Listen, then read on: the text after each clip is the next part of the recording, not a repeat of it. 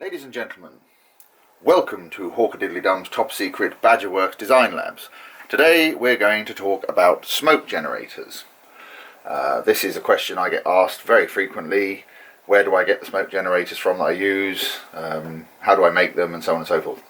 It's possible, of course, to buy miniature smoke generators. There are various models available for model planes and boats and tanks and things like that.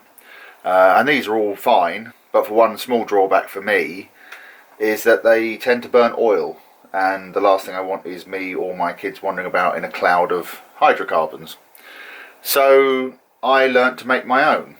So I thought I'd start by showing a few that I've made in the past, and then we'll look at how we actually build them.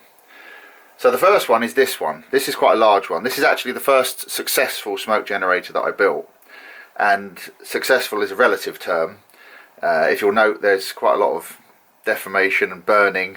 Several times while I was making this, I did actually set fire to it. Some important lessons learned, which we'll cover later. This, up until recently, was on the back of my son's iron chat armour. There's now a new smoke generator on there, which is far more effective. The second one, this one here, is obviously smaller. The main difference between this one and this one is made of aluminium. This comes out of the winged rocket pack, which some of you may be familiar with. And then finally, there's this one here. This is one of my more recent efforts. This is one I call the Tiny Puff. And I made this basically to see if I could. It's about 1 inch square. And I could make them smaller. The main problem when you get down to this size is finding a fan small enough to fit. So this is as small as I've gone so far. Sorry, I've gone kind of handheld for a moment. This is the smoke machine on the back of my son's iron chap armour. It's quite a big box, as you can see. I've also made a few modifications. It has a sight glass. And this basically, the main thing with this one is it's remote control. So, and the construction is exactly the same. It's controlled by this little gadget here. So if I switch the fans on, when I press the button,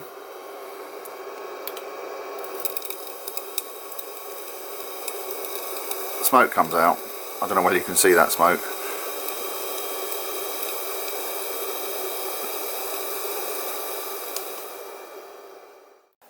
So, why build smoke generators instead of just buying them? The main reason for me, and as you can see from here, is the fact that once you learn how to build them for yourself, you can make a smoke generator pretty much any size or shape you want, as is amply demonstrated. So that's the primary reason for me. Plus the fact I like to know how things work, I like to build them for myself. So let's have a look at how we build a smoke generator. So the core, literally the main element of a smoke generator is the heater. The heater, as the name suggests, heats up and turns the smoke fluid into smoke. So how do we build the heating element? Well, there are three main components. Firstly, we have this. Now, this is fiberglass rope. This is sold to line the doors on wood burning stoves and Argas and things like that. Because it's fiberglass, it won't burn. So it's perfect to use as a wick, and we'll see why we need a wick in a moment. The second thing we need is some wire.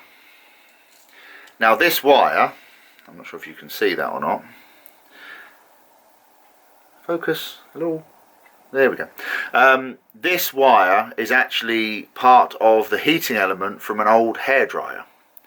Actually a new hairdryer that I bought from Argos. They had them on sale a little while ago and they were selling them for about £3. So yeah, you basically cut off a piece of wire about 6 inches long, and that forms the basis of your heating element. And then the final thing we need is some means of connecting the heating element to the wires that go to the battery.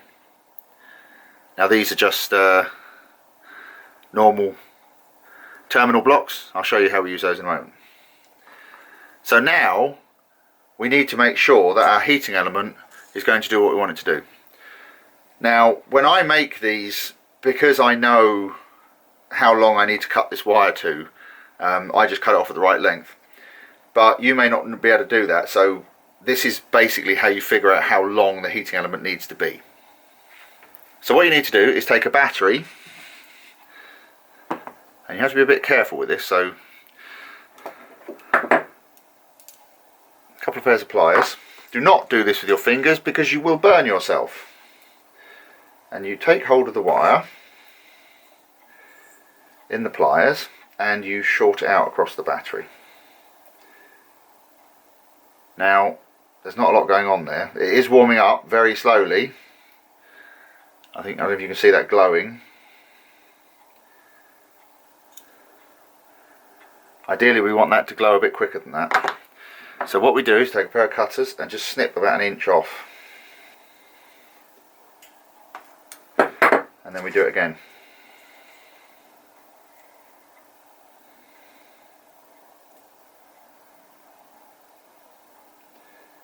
And there you can see it, the heating element glowing. That means that this element will work with the power supply we've got.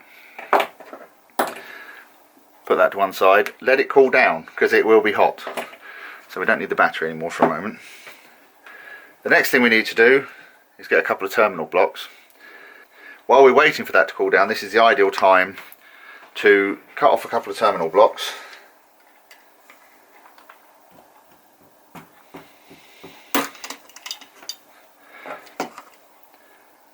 Now when I do this, I like to remove the insulation.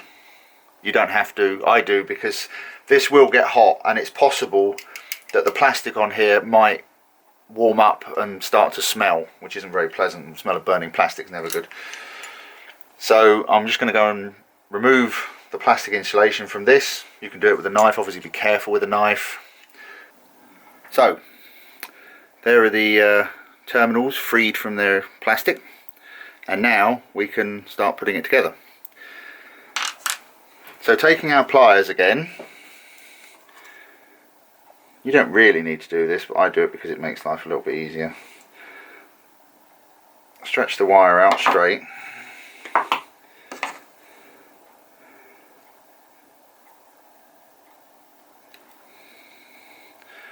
Bend the ends over, just so that the terminals have got something to grip onto, because this is quite thin wire.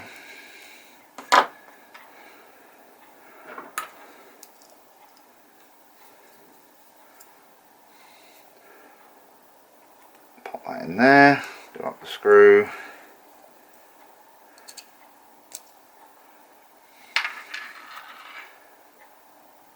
pop that in there,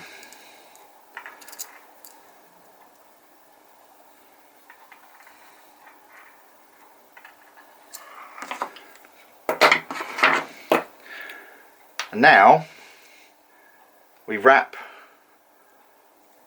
the wire around the middle of the wick.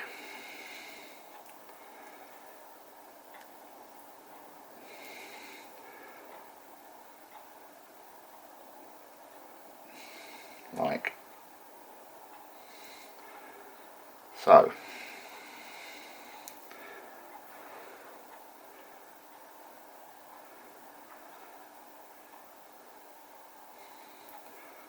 And there is our heating element. So how do we make it work? Well, I'll show you. Firstly, we need a few extra pieces. So here we have the box that we're going to use for our smoke generator. I've already done some preparation on it because most of the operations are very simple. You don't really need to see all of it. It's a box from the pound shop. It's just a plastic tub.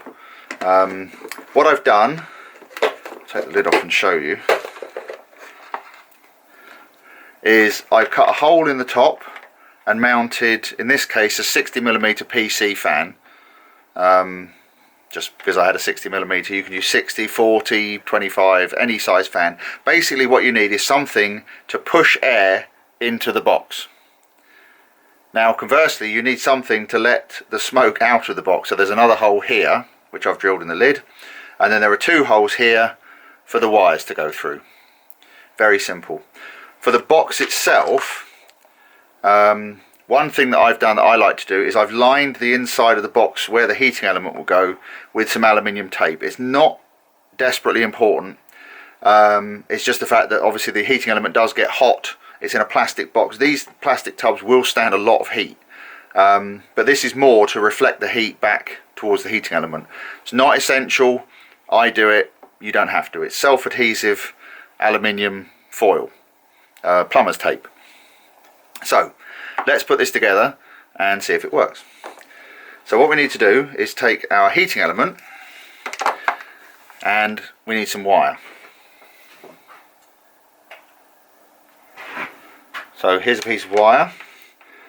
We take this wire and we feed it through the holes in the top of the box, like that.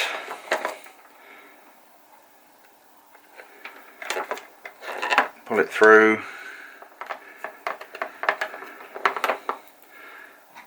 We take our heating element and we just connect the wires to the heating element.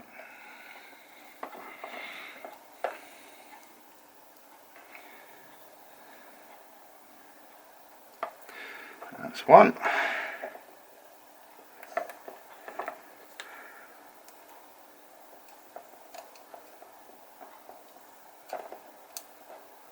That's 2. That's it. That's really all there is to it. And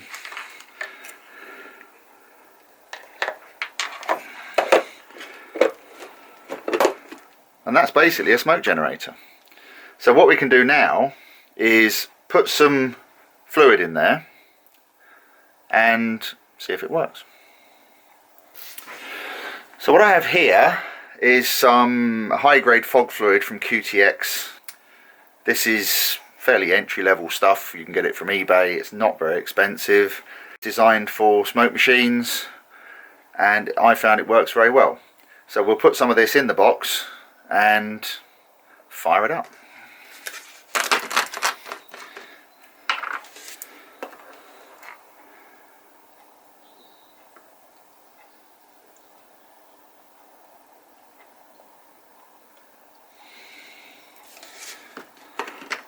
Now obviously a box this size will take a lot of fluid. You don't need massive amounts of fluid.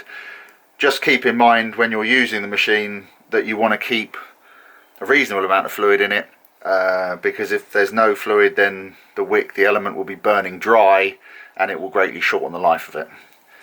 So let's put some power to it and see what happens. So for the power source we're using, focus, hello.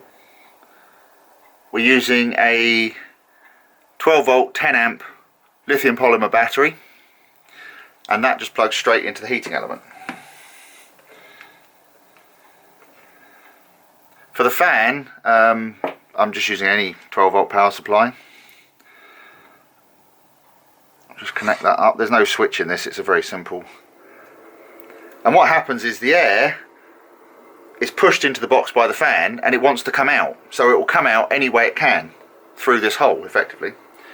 Now this is quite a light background, so you might have trouble seeing the smoke coming out, so what I'm going to do is put this behind it and hopefully that will allow you to see the smoke a little better.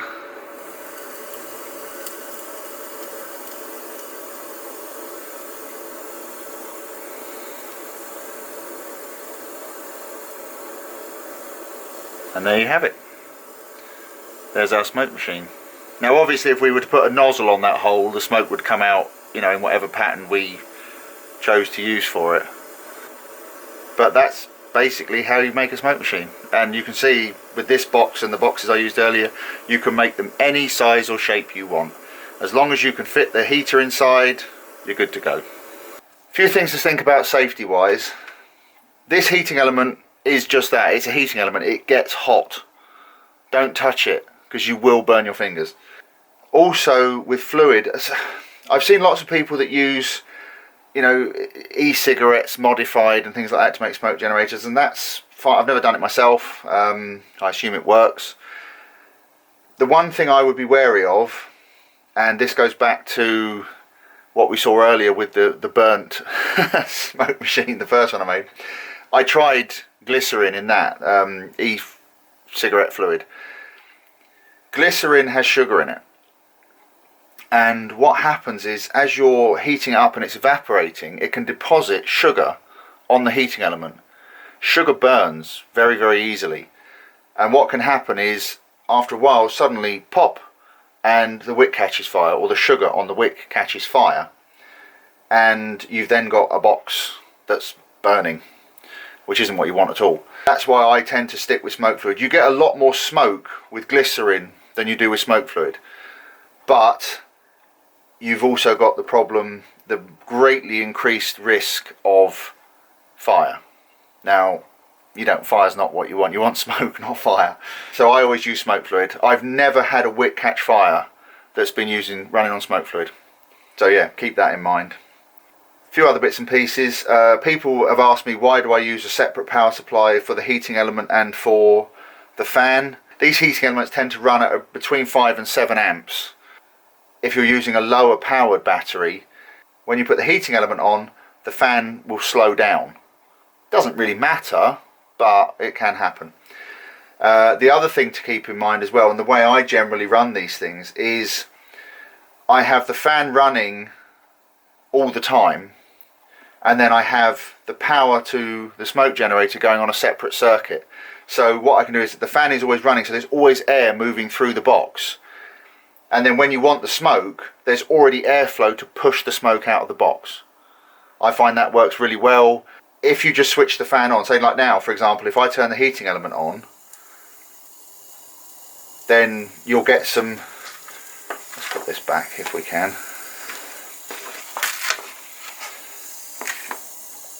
You can see there's smoke coming out, but not very much. When I put the fan on,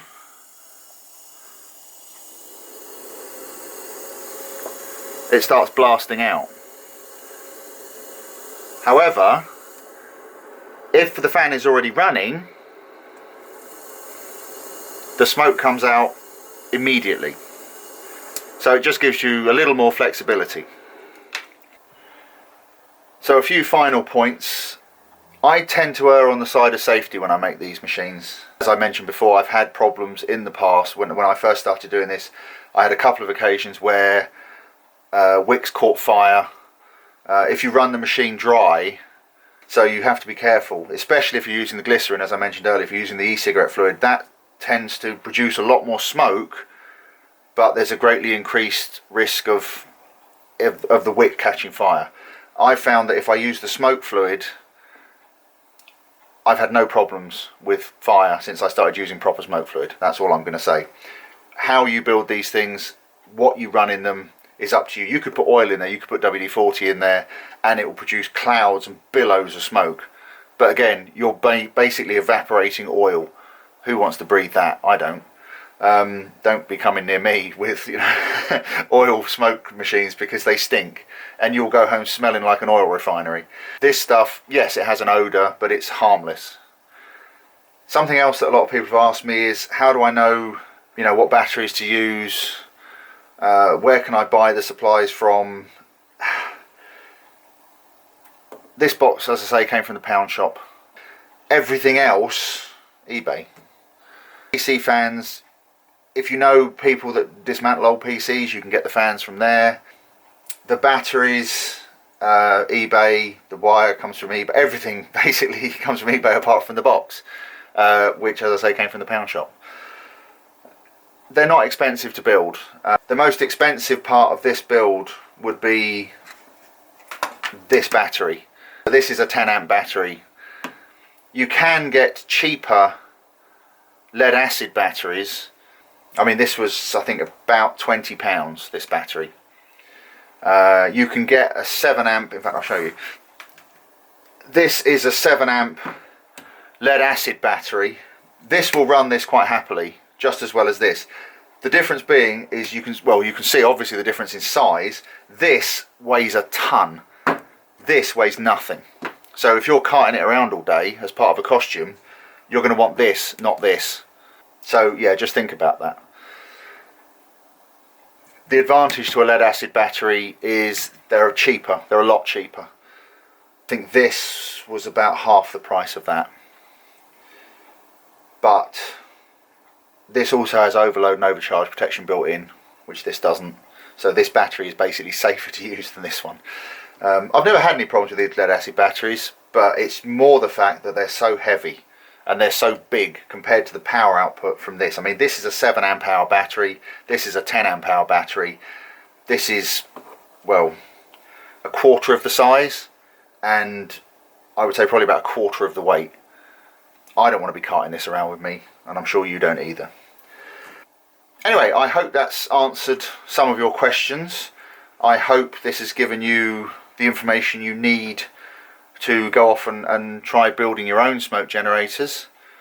And if you have any questions, please leave a comment, and I'll see you on the next video. Thanks very much. Bye.